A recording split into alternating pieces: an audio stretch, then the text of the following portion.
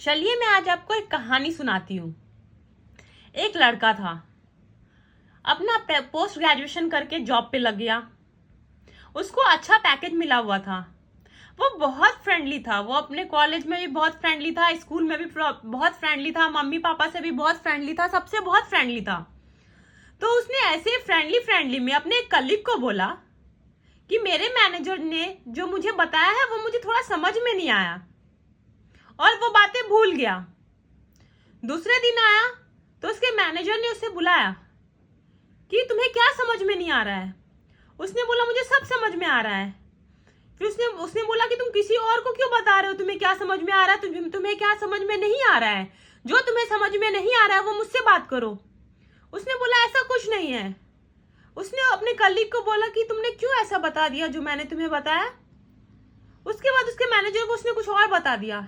ऐसे कह कर उसने पूरे ग्रुप में कुछ ना कुछ उसके बारे में बता दिया। तो उसने सबको बोला कि ऐसा, तो उसने उस आदमी को बोला तुम ऐसा क्यों कर रहे हो। फिर उसके मैनेजर उसका जो पहले बहुत अच्छे थे धीरे धीरे उसके साथ चेंज होने लगे, बहुत बुरा बिहेव करने लगे।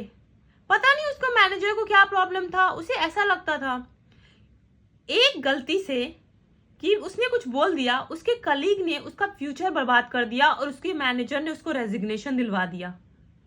आपको पता है, अगर आप गलती से भी ये बात अपने कलीग को बोल देते हो कि फ्रेंडली है, फ्रेंड होने की वजह से उसने बोल दिया, उसके साथ क्या हुआ, उसको रेजिग्नेशन दिला दिया गया, उसकी नौकरी छीन ली गई।